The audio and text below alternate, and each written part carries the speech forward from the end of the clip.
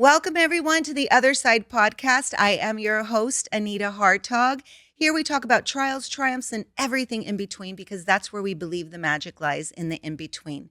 Today, we are honored to welcome a woman who's lived a true meaning of service, educator, community advocate, and local leader, City Councilwoman Marianne Pacheco. Marianne has spent more than 40 years in the Uptown Whittier community, dedicating her life to education, equity, and empowering families. With a bachelor's in English and ethnic studies from USC and a master's in English from UCLA, she taught at Rio Hondo College for 38 years, leading faculty groups, shaping young minds, and championing access for first-generation students. In April of 2024, she was elected to represent District 1 on the Whittier City Council, bringing that same heart for service and commitment to the community through public office. Her leadership has already shown up in big ways, from pushing for protections for immigrant families, standing up for working people, to showing up at all the community events. I see her there. Today's conversation will cover the story behind the service, how growing up in Linwood and Downey, choosing ethnic studies, dedicating decades to teaching, then stepping into city government, all shaped her. So please join me in welcoming Miss Councilwoman Marianne Pacheco. Well, Thank you. Thank you for being here. You know, my first question, I think, is the most riveting, and everybody wants to know. Since you got your bachelor's at USC and your master's at UCLA, are you a Bruins fan or a Trojan Well, to be honest with you, for football, I'm the fan of one, and for basketball, I'm the fan of the other. fan? Really? Yeah, I Who figured. gets the football? Well, I figured that no matter what happened for football, I could not lose. Oh, so you picked USC? Well, if UCLA went to the Rose Bowl, then that was my team. Oh, okay. It was all good. But my undergraduate years were at USC, and those are the years where you're more active in campus life and that sort of stuff. That is true. And I always liked football. I came from a very small school where the football team didn't play very well, but it was very exciting, and it was just a lot of fun. And so I continue to be a football fan. I love it. Well, we did talk football. That's why it was so funny that I had that as my first question, because I wasn't sure if you were a real, true football fan, but I understand you really are now. So that's awesome. But, when the podcast, I love to start off with everybody, really how you grew up and where you grew up, because I believe that's really what shapes us, right? Our family, our environment. Right. And so you're a local girl. We understand that. How long were you in Linwood? Well, my family is originally from Tucson, Arizona. Oh, okay. So we moved to Southern California shortly before my 5th birthday. All right. So that's why I tell people that I grew up in Linwood. Because you did. And actually, I tell people I'm a child of the Southwest. My family, everyone else grew up in Tucson. My mother was from the state of Sonora in Mexico. Okay. My father was from a very long-time, well-rooted family from the state of New Mexico. I was born in Arizona. I grew up in California. So I always saw myself as having roots in all of those places. Mm-hmm. And I grew up in Linwood, which was a very different Linwood than now. Yes. I can imagine. In the 1950s, it was before there were the fair housing laws. Mm-hmm.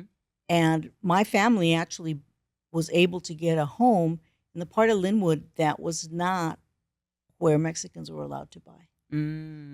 Because the real estate agent thought Pacheco was an Italian name. Wow. And Italian was okay, but Mexican was not. Interesting. When we moved in, everybody moved out except for the sweet lady across the street. And she decided we were okay because we were Catholic. Wow. Now, she was Catholic. Mm. Side story, she would introduce my mother to the local ladies, as this is Mrs. Pacheco, my Mexican friend.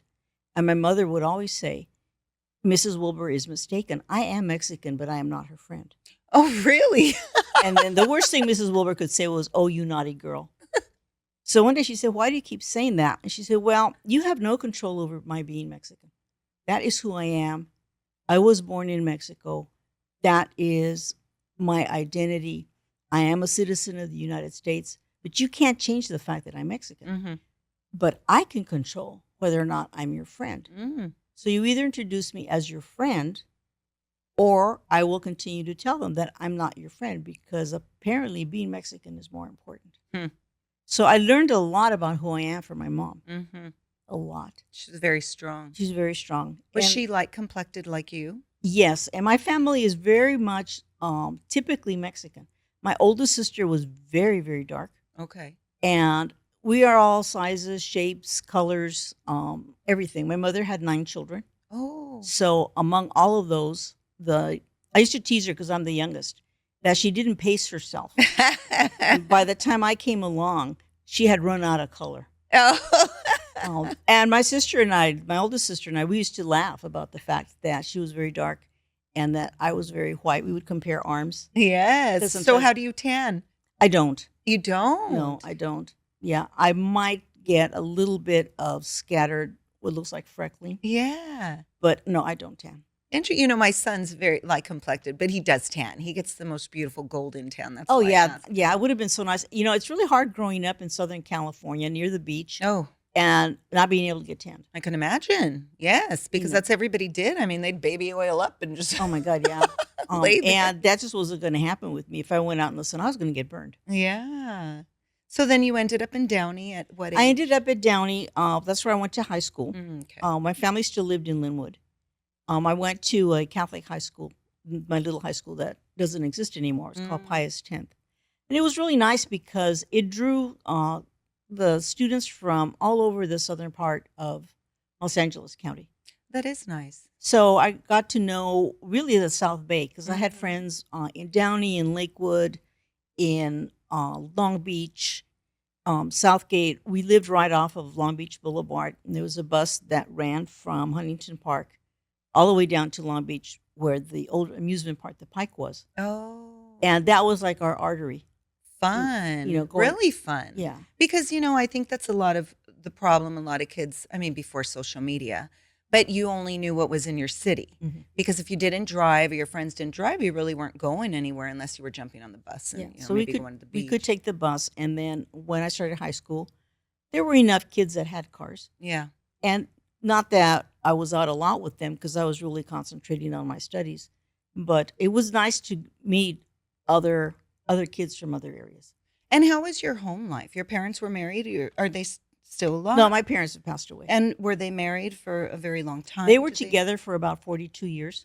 Oh, wow. So you had a very stable, sounds like, childhood. Yeah, it was very weird because my oldest sister was 26 years older than me. Oh, okay. And my sister closest in age was 6 years older. So I'm what's called an almost only. Mm-hmm. So I spent a lot of time with my mom. Mm. And where my family bought the home, there were not other children around. It just happened that there really wasn't another Mexican family with kids that moved in until I was like in the 6th or 7th grade. 9 kids. So your mom, for her to be so brave and outspoken with 9 children, I guess she had to learn to be tough with 9 children. But it just, it says a lot for her as a woman in that time. Well, I come from have such a voice. I come from a very long line of very strong women. My grandmother was widowed shortly before the beginning of the Mexican Revolution with, I think it was 6 or 7 daughters, a baby boy, and 2 older boys. The oldest one was killed in the revolution. Wow. And she was encouraged by her brother-in-law, who was a leader in the revolution. He was a General Benjamin Hill, to leave Mexico and to come to the United States. And so they walked. Wow. There was no border. Mm-hmm. They were told, if you go past that tree over there, that's the United States. And so that's what they did. She had a lot of tragedies in her life. She lived a long time. She was 92 when she passed away. My mom was 94. So she was very strong. And before her mother was very strong. She was abandoned by her husband, who literally joined the circus. Oh, wow. And she raised my grandmother, had her highly educated. We're not talking 19th century Mexico now. So I come from a very long line of women who fulfilled traditional roles, Mm-hmm. but were very strong in who they were. I love that. And I love how you know your family history like that. Most people don't. I mean, you're an educator and you obviously love to learn. So when did you decide that you wanted to know more about your family tree? Well, see, I grew up loving stories, which I still love. As you know, I can always Mm-hmm. tell you a story about Mm-hmm. something. And my mother told stories. Okay. And because I was home all the time, and because there weren't any other kids for her to be worried about, You had and I loved listening to her stories. And she also would tell me those stories about my dad's family that she had heard from my grandmother. nice. So it was just that was just part of it. And many of my brothers and sisters just dismissed it. Oh, I've heard that story so many times. But I didn't care how many times she told it to Yeah. me. They were all really, really great stories. Oh, I love that. So when did you end up in Whittier and what made you decide that that's where you were going to call home? Had anyone told me that I was going to spend a lifetime in Whittier, I would have told them they were crazy. I was in college during the war in Vietnam. The end of my freshman year was when President Nixon invaded Cambodia and the Mm. students were killed on the campus of Kent Oh. State. So Richard Nixon was not number one on my hit parade. Mm-hmm. And the only thing that I knew about Whittier was that it was Richard Nixon's hometown. Yeah. So I had no interest in Whittier. Plus, remember, my corridor was Long Beach Boulevard, Mm-hmm. and the area pretty much in the South Bay. I thought the world ended at the 605 freeway. Mm. I had never been in Whittier. Yeah. And as someone once explained to me, no one comes to Whittier unless they're coming here because it's not near anything, it's not on the way to anything. When I graduated with my master's degree, I needed a job, and a friend of mine had been recruited for a job at Rio Hondo, but she already had a job. And so the first time I went to even the Whittier area Mm-hmm. was when I went to turn in my application at Rio Hondo Oh, College. wow. The master's exam and the interview for the Rio Hondo position were exactly the same day. And I had laryngitis. So I thought, well, kiss it goodbye. But everything worked out, and I was hired immediately. So I went from getting my master's degree in May to start teaching at Rio Hondo College in September. That is incredible. So what did you think of Whittier when you first drove through? I mean, it had to look totally different than it does now. Does it look so different? No, Or? because the interview was interesting because it was at the home of one of the faculty members who lived in Uptown Whittier. Okay. So I just thought that it was very beautiful. Mm-hmm. It was very sedate, but Linwood was too. You know, Mhm. at the time, Linwood was very much a bedroom community. It was very much like Whittier in that it was a very small town. Everybody knew everybody. People had lived there for a long time. Yeah. The Christmas parade was like the one in Whittier. The Boy Scouts and the Girl Scouts and the cheerleading groups and the dance studios and the local churches, and it was just very much a small hometown feeling. Mm-hmm. And Whittier had the same kind of feeling. Of course, I got lost a lot because I didn't know Whittier Boulevard ran I diagonally. know. Leffingwell. Yeah. Oh, I still get lost. So, yeah, it was a new experience for me. But what I liked about Whittier, let me go back. What I liked about Rio Hondo was that it didn't just serve the Whittier community, that it also served the communities of Pico Rivera and El Monte. Mm-hmm. And quite honestly, I was more interested in serving those communities because at the time, the people who lived in Whittier had a lot of options. Mm-hmm. And the people who lived in those other communities really didn't. Yeah. And again, I was hired when the war was still going on. But so it was a very challenging time.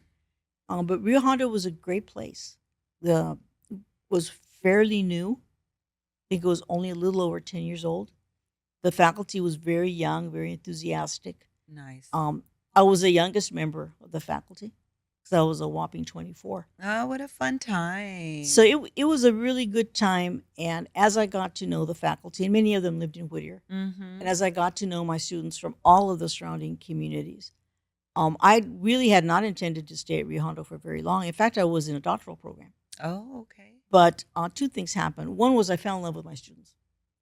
I fell in love with them and the communities that they came from because they were very much like the communities that I knew and that I knew those stories about. Mm. So that was really, really crucial. And then the second thing that happened is that I became very involved in the Rio Hondo College Faculty Association, which was the teachers union. And for the first time, public employees in education were allowed to unionize. Oh, okay. And so I became president of the faculty association. And that was pretty much the end of my academic and scholarly career. Oh, you decided Yeah. to Yeah. stay. And actually I would not have been a good scholar. Um, God bless them. They're charged with creating new knowledge. And to me, it was like I was going to spend a lifetime of writing term papers, Mm. and I really wanted to teach. Yeah. I loved the magic. You were of the already in classroom. you had the passion already. Yeah, I wanted to teach, and I had always wanted to teach. I was never a kid that had any doubt about what I was going to be when I grew up. I didn't expect to teach adults. I thought I would teach little kids, Mm. but I didn't have the physical stamina for it. Yeah, tell me about it. And teaching adults is very exhausting. Yes. But it's a different kind of exhaustion. Yes, for sure. What made you decide you wanted to study ethnic studies? Well, at the time, ethnic studies was not a very popular. Exactly. It had just barely gotten started at the university, and it was always on the brink of being canceled. And the major criteria in higher education for anything is how many students can you get in there, because students generate revenue. Mm. And so I was part of the very small but very active. We called ourselves Chicanos then, and we all decided we were all going to enroll in the Chicano studies classes. Okay. And so what I did was the electives that I had for the major in English, I took the requirements that were required for ethnic studies. And so I ended up with 2 majors. Okay. So it was, well, no, it was very intentional. Oh, yeah, I was very intentional. Yeah. Oh, yeah, no, I knew exactly what I was doing. Yes. And so what made everybody decide that that's what they were going to do as a group effort? Because it mattered and it made a difference. Now it's so popular, but before when you did it, it wasn't. That's why. well, we were a group of students. First of all, we were overachievers. I love that. Because quite honestly, the university had no use for us.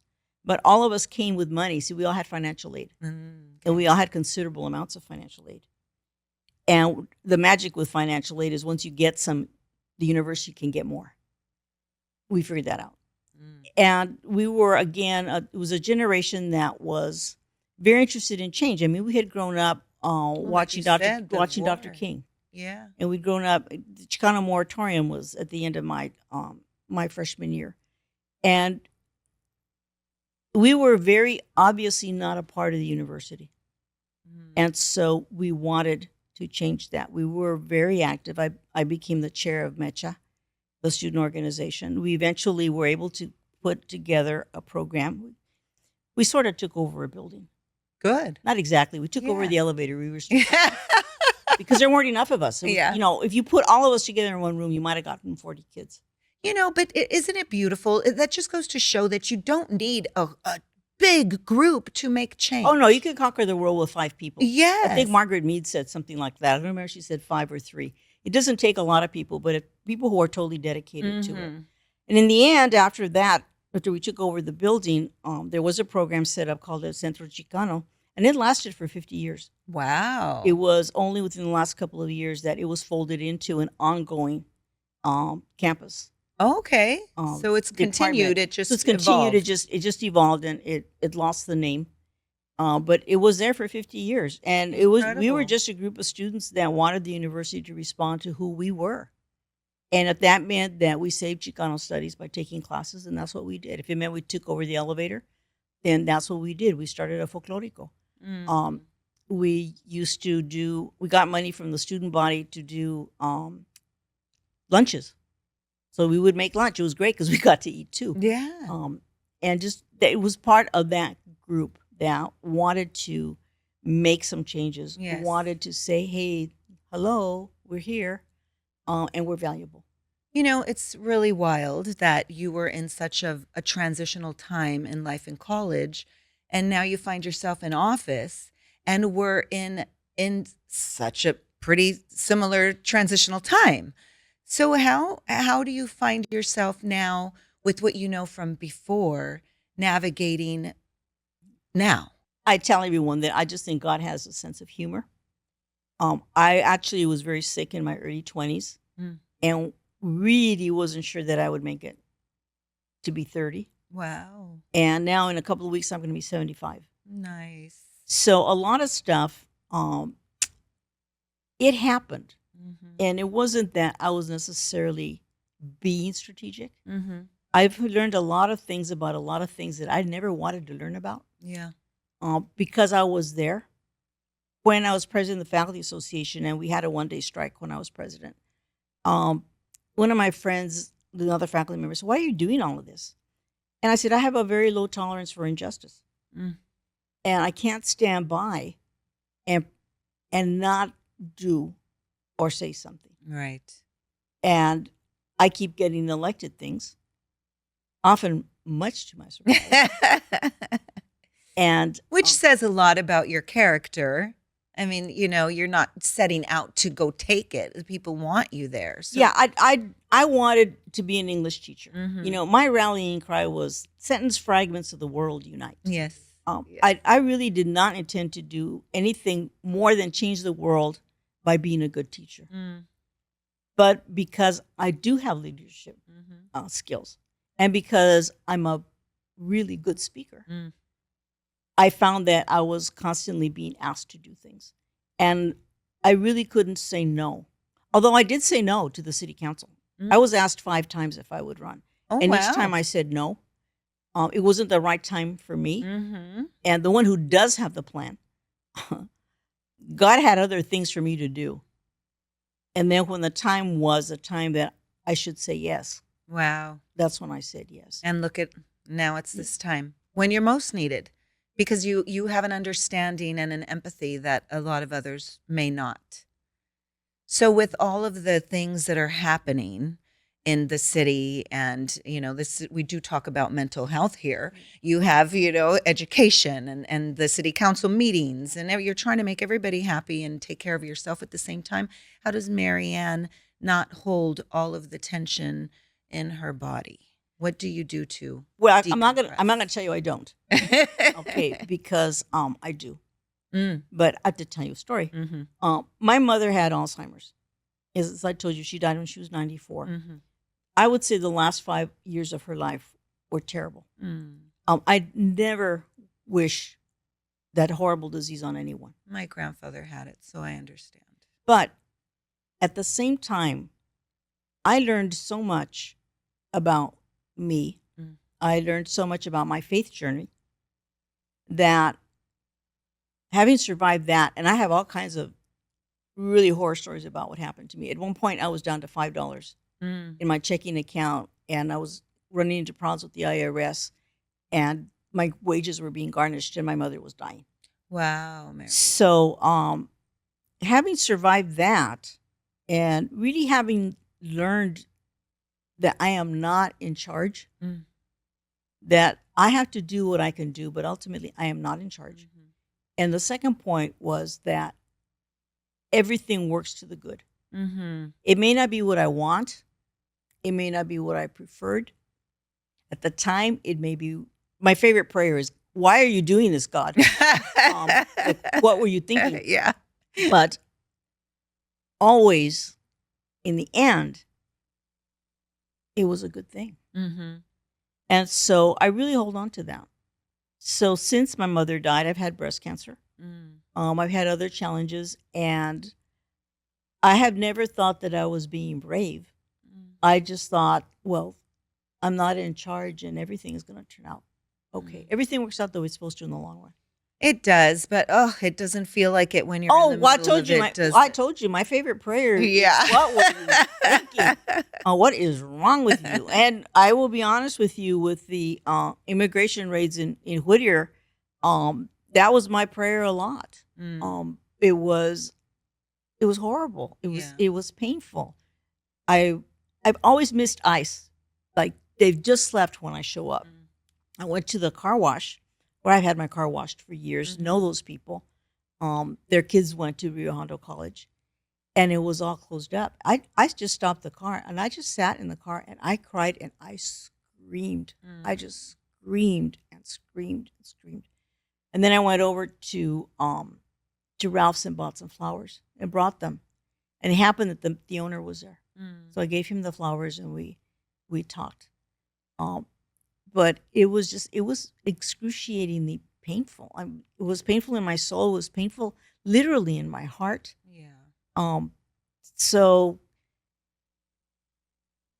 you have to figure out a way to make it through, because I have to figure out a way to make it through, because I do want to do whatever I can. And to continue to bring change. Yeah. And at that point, all I could think of to do was to buy some flowers and take them over there so that they would know that somebody cared. And sometimes that's all they need. Yeah. Just to know that somebody really does give a hoot. Yeah. And people love to criticize. I have seen a lot of criticizing and a lot of, ugliness out there and blame. And I just want people to realize, like, you're human, right? You have a history. You're doing something about it. Everybody can criticize and everybody can blame from the sidelines. But you know what? If you're not on the field playing the game, then what are you doing about it? And it's not easy for one person to bring change. It takes people to agree with the one person, and then it takes the community to agree, right? And we can all tell by the elections and the world in general, getting people to agree these days is like pulling teeth. So I give you credit just by being there, by wanting to bring change, by doing what you can to try to bring change. And yeah, for taking flowers to them and just being there and letting them know that they're not alone. Well, there's an ancient curse that says, "May you live in interesting times." I have lived through a lot of interesting times. But I will tell you that the reason I stayed in Whittier was because there are such good people who live there. There are wonderful families. There are wonderful nonprofits that are based in Whittier. I just saw that it was a community that genuinely had a lot of care for each other. And in some ways, that's why it is not just sad, but surprising that there has been so much conflict in Whittier.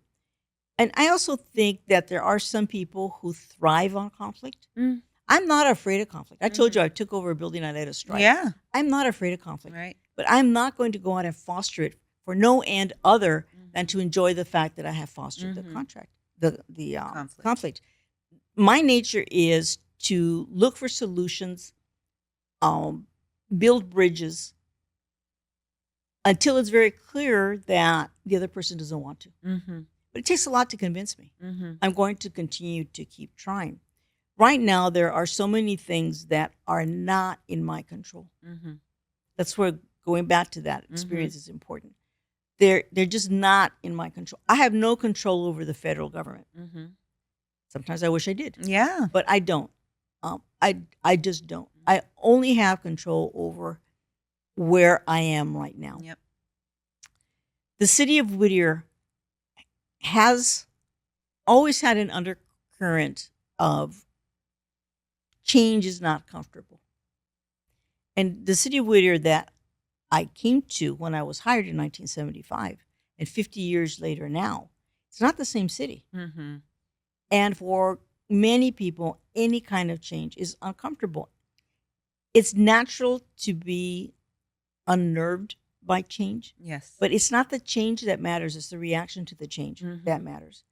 And I will be honest with you, it's very hard to sit through a city council meeting and have people accusing me of things that just aren't true.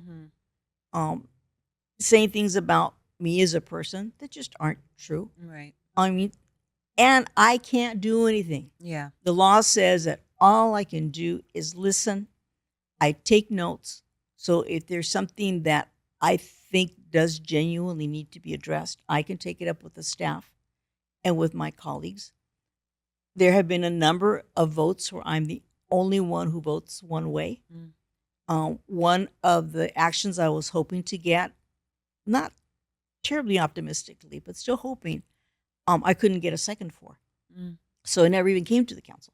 Do you mind me asking what that was? It was an ordinance that would It talked about the ICE agents having to be identified and not wearing masks. Which is so important. I do think that's important. Like, I get both sides. Always I look at both sides. But the reality is, look, if you're acting civil, then you should have nothing to worry about. But if you're coming in like a freak and a wild animal. And that's the problem, is that at this point, from all that I have seen, the ICE agents are bullies. They're bullies. Yeah, they're simply acting as bullies. The police department in Whittier, the police do not ever wear masks. They always have both a name badge and a shield with Which a shield they number. should. And the first thing they will do if they're addressing someone is say, "I am Officer so-and-so." Absolutely. How do you know somebody's not getting kidnapped? So off the that to street? me was like the minimum that ICE agents should do. The state of California also tried to require that. But it's federal policy and it's federal law. So again, our hands were tied. We're tied. On the other hand, the state of California did pass what's called by others a sanctuary law, which says that local entities will not cooperate with ICE. And the city of Whittier has been very good about that. Nobody is in our jails from ICE. We do not respond. They do not ask for help. We won't give it to them anyway. We have some limits about where they can be. Obviously, if they're on a public street, not a whole lot we can do. If they're in private property, there's not a lot we can do. It's very frustrating, and I think it's frustrating for members of the police that we're very limited in the response. Well, this is your town. You love these people. That's why you work there. And you're watching them get harassed. Yeah. I mean, nobody wants to see that and have to have their hands tied. Yeah. And it's just wrong. And the bottom line is, it is just wrong to treat people like animals, to corral them like the first ICE raid that was at the car wash, to separate families, to have parents not go to work, not go to church, not go to buy food because they're afraid that they'll never come home to their children. They're afraid to take them to school because they don't know if at the end of the day there will be anyone to pick them up. That's just on a very gut level, human level. It's just wrong. And the frustration, I shared these same thoughts because the car wash, I think for the 6th time, was raided right before I got there. And that's part of it. It's painful. It's so blatantly wrong. And the city is so limited in what it can do. I was able to get the city council, not everybody, but enough, to agree to make some funds available for emergencies and to provide some money for the Interfaith Center, the food bank. We were able to get some other things in there in a resolution. And part of that was a requirement that the council has to be updated in a public meeting once a month about what's happening. That's under attack. There are some people you can't please. Yeah. And there's some people who... Everybody should have accountability. I mean, especially if you're getting free money. Well, and I was accountable as a teacher. I was accountable to my students. Yes, and that's just it. We're accountable to everybody. I mean, me meeting you here today, I'm accountable to you to be here. We made a plan, right? So it's not so outrageous to... So I think that the most difficult part is hearing people say you haven't done anything. Or you could have done more. And I think, but I only one vote on the council. How many seats are on the council? There's 5. Okay. Someone posted that I was there during the ICE raids at the car wash and was talking with a friend. No, I was talking with someone from the Y about how we could do some better coordination to help families out after the ICE folks had already left and after I had spent some time, not where the cars were, but on the other side, talking with the staff. So what gets posted? What gets posted is that I don't care because I'm talking with a friend during the ICE raids. You would think you were the president. I mean, and see, a part of me, I haven't responded because part of me says, you obviously don't know me. Yeah. You don't know my past. You don't know my family history. I was fortunate that by the time I was born, my family had made it all the way to the working poor. But the house in Tucson, my dad made the adobe bricks out of the mud in the backyard and built a house. Yeah. My family came from abject poverty. My mother had come to the United States as a child refugee, just like the kids now. She didn't ask to be brought. There was a horrible war. She'd already lost her oldest brother. She was in danger of losing another brother, and they came to the United States for refuge. My dad's family was very wealthy, land rich in the state of New Mexico, and in the course of human events after the United States took over, gradually lost all of the land Wow. and lost all of that wealth. So here I was from a family that, if you went back far enough, had been very comfortable. And now they were living in abject poverty. My brothers and sisters grew up during the Depression. My parents made sure that they always had food to eat, but they didn't. So for someone to say, well, you're a child of privilege, I'm getting emotional. It's like, you don't know me. Yeah. And I look at the people in District 1, and I see my parents when my brothers and sisters were growing up. I see my cousins. How could I not love them? Yeah. And how could I not want the city to provide for them the services that everyone in the city is entitled to, and that some sections of the city historically have gotten, and that part of the city hasn't? Yeah. And nobody teaches, again, for 30 years that doesn't have a heart for people. I mean, and you didn't just teach, you got awards for the work you were doing and the clubs you were creating. And I had two careers. I really had two full-time jobs. One was I was a full-time teacher of English at Rio Hondo College. And I also was an elected official for the teachers union. I started off as the president of my local. I went on to serve on the board of directors for the California Teachers Association for 10 years. CTA has, I think, 300,000 members. Wow. From there, I went to serve on the board of directors for the National Education, which at the time had about 3.1 million members. So in the course of all that, I had a chance to travel. I actually did some international work. I helped the teachers union in Mexico when it broke from the government, kind of go through the process of becoming a free and independent trade union. So I was doing that at the same time I was teaching. So I was gone. And there was a time when I was going to Washington, D.C., sometimes twice a week. I always left things for my students. I always had the same sub. It was very clear that I was teaching. And I always came back and told them what I was doing. Nice. Because that was their job. I always brought them postcards. And I would tell them it was a homework assignment for the rest of their life. They were to go to whoever the postcard was from and send it back to me. Oh, nice. And in the course of my teaching career, I did get many of them. Wow, that's Or wonderful. I would run into students who would say, I'm still working on that homework assignment for the rest of my life. Which is great because it gave them something to aspire to. Yeah. And a lot of times they don't even have anything to aspire to. So just a trip to look forward to, something to work towards is... And I will tell you that I was teaching English, but what I was really teaching, both in the literature and in the writing classes, what I was really teaching was that the students had a voice that was valuable, that their story was a good story, that their experiences were valuable experiences, that if their experiences were not the same as the mainstream society or culture, that didn't make them any less valuable. Amen. And once they knew that, once they understood that, I taught British literature and Shakespeare.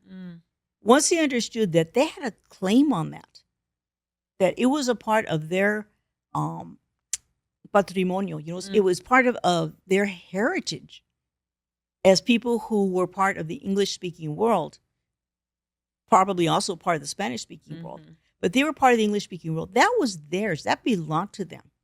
And what happened in Shakespeare's time was what was happening at the time. And so what was happening now in their time was what was happening in their time. And their voice was just as valuable as Shakespeare's was in his time. Their responsibility was to use it. Beautiful. And once they had that, they could learn anything. Yeah. I didn't have to teach them English. I never taught commas and periods and that until that had happened. Because once they knew that they had something to say, then they wanted to know the commas and the punctuation marks and the spelling and all of the mechanics of writing. That was when they wanted to know, well, what does Shakespeare have to say about this? I also taught Mexican literature and translation. What does Sor Juana have to say this, especially for women? That was what I was teaching. Yes, I had course content, but what I really was teaching them, that they could be anything that they wanted. So I had students that had never been south of the 60 freeway. Yeah. I had students who had never been in the snow. They had never been to the Mm. beach. And they were successful at Rio Hondo. They moved on to transfer to be successful, go to graduate school to get professional degrees, and to lead happy and productive lives. Yes. That was ultimately my goal. I love it. That's what made you such a great teacher. Yeah, and you can see it. I mean, I can't help but go into teaching mode. It's kind of like my default. Yeah, it's Um, good. I know when we were sitting at lunch, you did, but I love it. I love to learn. So that's why I enjoy sitting with you so much because you love to teach. I love to learn. Yeah. And so, I ended up being on the Whittier City Council in the city of Whittier, Richard Nixon's hometown. The good people of Whittier twice elected me to office, Yeah. once to Rio Hondo, once for the city council. All I can do is listen to them Mm-hmm. and do the best that I can for them. I can't always be successful. I wish I could. Yeah. There's an upcoming election in April in Whittier. The composition of the council may change. If it does, it may be easier for me to get some stuff done. Mm-hmm. But I want the mundane stuff. Yeah. I want people to have streets that don't go bumpity bumpity bump. I want people that have sidewalks in front of their homes. I want people who have lighting so they're not scared to walk at night. Yeah. I want people who, if there's trash being dumped in the alley, they can get it picked up. I mean, it's not, whoever thought I'd get excited about trash? Well, yeah, it's simple things that keep your city clean, keep it safe, keep the community out and together and active because they're comfortable walking the streets, right? Like you said, at night and together. And I mean, it sounds mundane, it's quality but of life. Yes. It comes down to, I believe that the role of government is to maintain that quality of life, to help to create livable communities. Because my goal is still the same. I Mhm. want people to have happy, productive lives, however they define it. Mm-hmm. So, what would you say to the mother in Whittier who may be undocumented and has children that were born here? First of all, I would say to them that what is happening is wrong. And if you think it's wrong, it is. Um, if you are feeling abandoned, you haven't been abandoned. There are people who care about you. There are resources that are available. Actually, on the social media for the city of Whittier, there's a lot of information about resources that are available. I tell people, be safe. Be safe. Just, bottom line, Yes. when you're making a decision about what to do, be safe. I do believe that the schools are very safe, Okay. and that these are the children that had survived the pandemic, Mm-hmm. who already have Trauma. trauma. They already have some socialization challenges. They often are not quite at the level academically that they should be. And you can't succeed without education. Mm-hmm. And it's a building block. You can't, it's like that game where if you pull out one, Yes. everything, Jenga. everything collapses. So, if you know a church, go there for help. If you have friends, ask them for help. The worst thing is to turn inwardly and to start blaming yourself, Yes. because there's nothing wrong with you and there's nothing wrong with your children. Mm. And I don't know what will happen. I wish I could tell you, don't worry, everything's going to be fine, you're going to be safe. I can't say that. All I can say is you need to be comfortable in your skin. Yes. If you don't feel comfortable going to the market for food, find an organization that will do it for you, because they are out there. Okay. And they can find that on the city? They can also dial 211, right? Right. And there are some other resources that are there as well. Okay. Ask, Mhm. if you live near, the churches have been really good. I know that St. Mary's has a regular food bank where they provide food every other week. The church that's over on Painter, near Whittier Boulevard, they provide food. There are other organizations that are stepping up, and find out what is out there as best as you can. Yes. And don't make it your fault. Now, what about the person who wants to help bring change and doesn't know where to start? What shouldn't they do? Because I know a lot of people are, doing different things, or maybe you don't even want to touch on that and just touch on what can they do that would be productive to help bring change. Well, the first thing they need to do, I would say, is don't beat up your friends. Mm. And then, secondly, go out and do something tangible. Mm-hmm. And I don't know if it's just because of my age. Social media is important, but there's a big difference between posting something and working in a food bank. I agree. That's why I'm asking, because I've seen a lot on but it doesn't. People can talk all day long, but it's not helping, right? It may be bringing attention, but what can you do to bring change? And what can they do in Whittier to bring real change? And honestly, if there's going to be a rally Mm-hmm. and you want your voice to be heard, go. Be Mm-hmm. present Mm-hmm. for that. Um, if you hear that there's someone's having a problem, help them out. And yeah, let your frustration out. Mm-hmm. Let people know how upset you are. But don't make targets of the people who are trying to help you. Yeah, and show up. Yeah, Show up and bring yeah. change. Show up and be positive. Go to a food bank, like you Go said. to a food bank. Talk to your neighbors. There are all kinds of nonprofit organizations in Whittier. They're always looking for volunteers. Anyway, if you're posting on social media, go ahead and say that you're angry or you're upset. But remember who you should be upset about. I am not the federal government. Yes. The city of Whittier does not determine federal policy. Right. And ultimately, the best thing you can do is register and vote. Mm-hmm. Mm-hmm. I mean, we saw what happened. So why don't you explain that to, let's say, just the regular person who's watching, the difference between local and federal, so they realize how your hands really are tied and how much you're capable of changing and what you're not able to do. Well, the way it's set up is that local government is supposed to handle the everyday mundane things. Like I told you, potholes in the street, lighting, somebody's dumping their trash. We need a signal light because there's been too many car accidents. We need a stop sign. I want to build a house that's 12 stories high. No, you can't do that. I want to put this kind of a business in the city of Whittier. No, we don't allow those kinds of businesses. We don't think that's good for our city. That's what local government is supposed to be doing. State government is supposed to be having a slightly broader picture, saying, okay, let's look at what's going on statewide. And are there things that are not just affecting this one community, but they seem to be affecting a lot of communities? What can we do on a bigger picture to help address those problems? So that's why they're not looking at the potholes necessarily. They're looking at the highways. Yes. They're going to fix the potholes in the highways, but they're looking at the highways. Infrastructure. Right. They're looking at the infrastructure. They're looking at overall what's happening in public education, not just this school district, but what's happening in the state. Maybe this school district's doing a great job. This one's having a problem. Okay, how do we help this one? That's what the state does.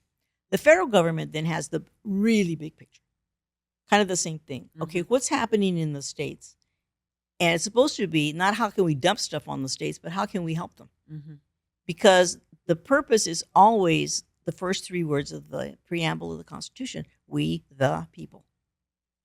And if you go through the rest of the sentence, which is just about as perfect a sentence as you could look at, it says, we the people, in order to, and then it fills in all the stuff. At the end it says, do ordain this Constitution. In other words, because we are the people, and this is what we want, that's the purpose of government. And the role of the federal government is to do that. Now, there is a hierarchy. If the federal government says this is what you will do and not do, the states cannot pass laws that are contrary to that. If the states pass laws that say this is what you can or cannot do, local government cannot say we're going to do it anyway, because there is a hierarchy. And they've still been doing that anyways, trying. And that's their where, best. and then that's where the court systems come in, because the court systems can have the ability to say, wait a minute, why is the state saying that to the local jurisdictions? Or why is the federal government imposing that nationwide? Is that really something that is appropriate for that level of government? Right.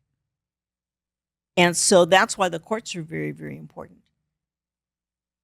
They have to keep everybody in check. It's not supposed to be a lopsided. One Mhm. side gets to do whatever it wants. Mhm. It's supposed to be keeping we the people, Mhm.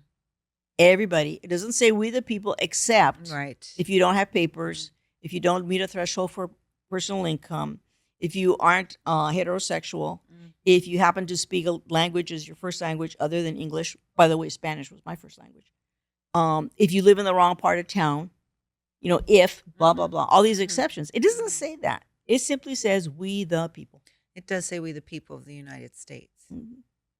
But nowhere in the Constitution is the word citizen used, Mm. except in that narrow part when the country first started, where there were people who were very active in the American Revolution and the establishment of the government who had not been born within the 13 Mm. colonies. Mm.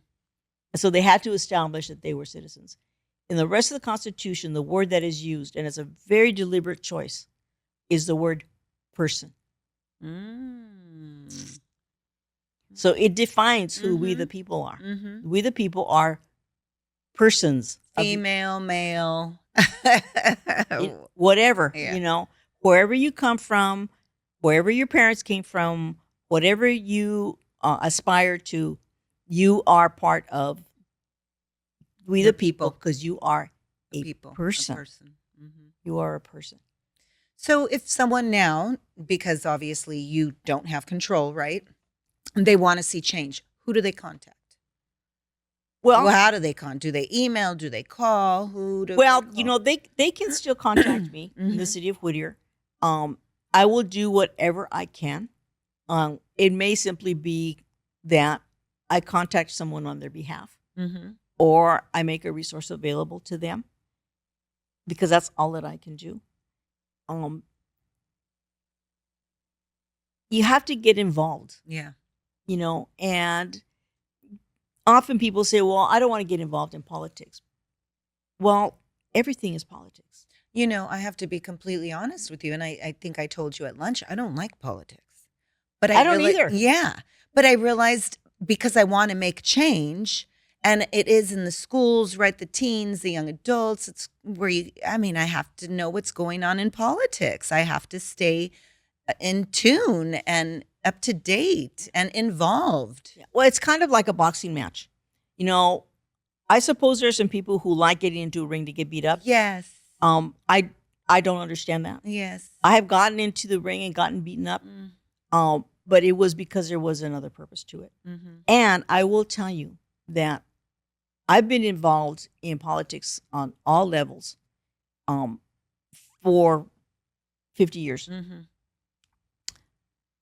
I would say that overwhelmingly, the people who are in public office and who are active in politics are really good people. They work hard. They want to do the right thing. There have been feel like times when I may not have agreed with them, but now that has changed. Yeah, I feel like a lot of them start off wanting to do good, but then they get swallowed up by that massive shark of But a. look at some of the people who have been in politics their entire lives and who can point to things that they did that made a difference because they were there for a long period of time. It's very difficult. The older I got, the more I realized that nothing gets done in less than 5 years. Mm. It just doesn't. When you've only been around 20 years, that's only 4 times 5. That's 5 years is too long. But as you get older, you realize that anything takes a minimum of 5 years to get done. True. And you have to hang in there. Mm-hmm. You have to hang in there. You have to listen to people yell at you in the city council meetings and call you a child of privilege and all other kinds of stuff because I don't think they have a right to be rude, but they have a right to express their opinion. Mm-hmm. But I know what I am doing, and I'm grounded in what I am doing. And I think that most people that I have known in politics until very, very recent times were very much that way. There was a time when I was working a lot in Sacramento and in Washington, D.C., and I never hesitated to walk into either a Democrat or a Republican office. Mm-hmm. Most of the time, if not always, most of the time, the differences were not on the common goal. The differences were on how are we going to get there? What I see now is a lack of a common goal, Mm. a lack of that clear definition Mhm. of a common goal. Mhm. Which is so important. I mean, what are you racing towards if you don't even know Right. where you're going? And it has to be something positive, because you can't build only on what you don't want, because you Yeah. end up only with a black hole of what you don't want. Mm. And a lot of upset people Yeah. And if you because don't, they're not getting fed on the other. You right. have to have an Well, upside. and it's part of that mental health. Yeah. And so what does happen is people get very tired, they get very discouraged, they don't want to do They things. lose hope. And I tell people, you cannot lose hope. Yeah. I refuse to lose hope. Mhm. I refuse to lose faith in the basic decency of human beings.